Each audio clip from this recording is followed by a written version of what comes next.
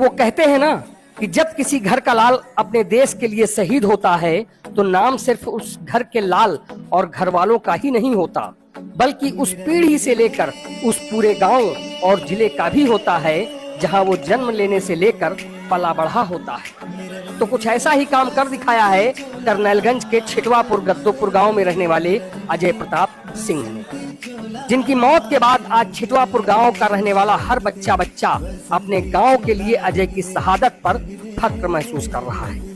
और हो भी क्यों ना, क्योंकि एक समय में अजय के बाबा ने जो नाम विधानसभा में अपने इलाके का प्रतिनिधित्व करके कमाया था, आज उन्हीं की दूसरी पीढ़ी में उनके खानदान का नाम अजय ने देश के लिए शहीद होकर रोशन कर दिया। महज 35 साल की उम्र में देश के लिए कुर्बानी देने वाले सीआरपीएफ के जवान अजय प्रताप सिंह का शव देर रात जब उनके पैतृक गांव गद्दोपुर के छिटवापुर पहुंचा तो हर किसी की आंखें नम हो गई। शहीद जवान के साथ उनकी बटालियन के दर्जनों सैनिकों ने उनके शव के ताबूत को अपने कंधों पर उठा रखा। तिरंगे में लिपटे शहीद अजय का शव गांव पहुंचते ही पूरा गांव इस कदर उमड़ पड़ा मानो वो कल से ही गांव के लाल की गांव वापसी की प्रतीक्षा कर रहे हैं, क्योंकि अजय ने छुट्टी लेकर गांव आने की बात अपने घर वालों से काफी पहले ही बता रखी थी। लेकिन ये बात उनके घर वालों को नहीं पता थी कि अजय अब जब गांव वापस आएगा तो इस तरह आएगा।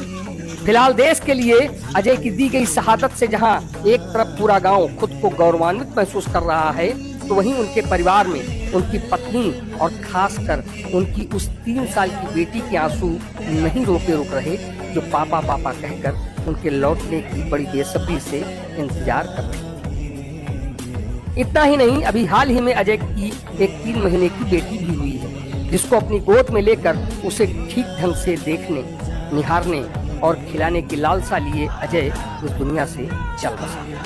आपको बता दें कि करनैलगंज के पूर्व विधायक भगेलू सिंह के परिवार में उनके 3 बेटों धर्मपाल सिंह, धर्मवीर सिंह और राजकुमार सिंह में अजय सिंह धर्मपाल सिंह का बेटा था, जबकि अजय के ही 2 भाई अखिलेश प्रताप सिंह व अखिलेंद्र प्रताप सिंह थल सेना में तैनात थे, जिनकी ड्यूटी भी पहलगाम और बालटाल में लगी हुई है। बताया जाता है कि शनिवार को सीआरपीएफ यूनिट से अजय की पत्नी के पास एक फोन आया था, जिसमें आतंकी हमले में अजय के घायल होने की सूचना उनकी पत्नी प्रीति को दी गई, जबकि उसी के कुछ देर बाद प्रीति के भाई ऋषभ के पास यूनिट से फोन आता है, जिसमें कहा जाता है कि इलाज के दौरान अजय की मौत हो गई। फोन पर इसका समाचार मिलते ही अजय के परिवार में कोहराम मच जाता है और जो जहां होता है वहीं से उसकी घर वापसी शुरू हो जाती है।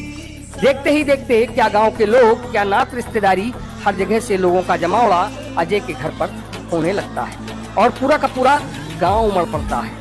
कल दोपहर से ही लोग पलक पावड़े बिछाए अजय की अंतिम यात्रा में शामिल होने के लिए उसके गांव उसका पार्थिव शरीर आने का इंतजार कर रहे होते हैं कि देर रात सीआरपीएफ बटालियन के जवान सेना की गाड़ी से पूरे राजकीय सम्मान के साथ उसका पार्थिव शरीर लेकर जब उसके गांव पहुंचते हैं तो चीख पुकार के बीच सेना के जवानों की बूटों की आवाज से गांव वालों की देशभक्ति का जज्बा जाग उठता है।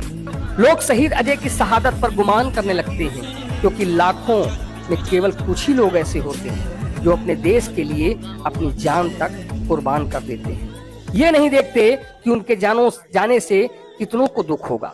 अगर देखा जाए तो क्या कुछ नहीं था अजय के पास। उनके बाबा इलाके के विधायक रहे, शानो शौकत के माहौल में तो उनका पूरा परिवार जी ही रहा था। किस चीज की जरूरत थी उन्हें? लेकिन ये सब कुछ न देखते हुए अपने देश के लिए जी जान से डटे रहने के चलते जब आतंकियों ने उन पर धोखे से हमला किया तो इसमें भी वो पीछे नहीं रहे और आतंकियों की गोली से लोहा लेते समय शहीद हो गए, जिनकी शहादत को आज पूरा गांव ही नहीं बल्कि पूरा प्रदेश और पूरा देश सैल्यूट कर रहा है। न्यूज एक नजर भी अजय की शहादत को सत सत प्रणाम करते हुए भगवान से प्रार्थना करता है कि शहीद अजय की आत्मा को शांति दे और परिवार वालों को उनकी शहादत पर खुद पर फक्र महसूस करते हुए इस दुख को सहन करने की शक्ति दे।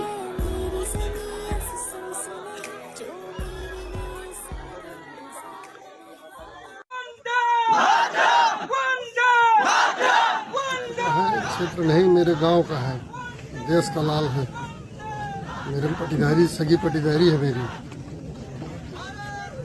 मैं पूरे क्षेत्रवासियों की तरफ से, भारतीय जनता पार्टी परिवार की तरफ से हार्दिक श्रद्धांजलि अर्पित करता हूं और ईश्वर से कामना करता हूं, प्रार्थना करता हूं इस आत्मा को शांति दें और दुखी परिवार को इस दुख से उभरने की शक्ति प्रदान करें।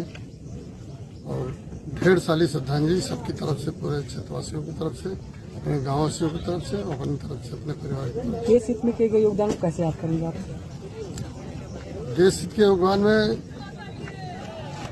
ये बालटाल में लगे हुए थे, बॉर्डर पे ही थे, अमरनाथ यात्रा चल रही थी, उसी में घटना हुई है।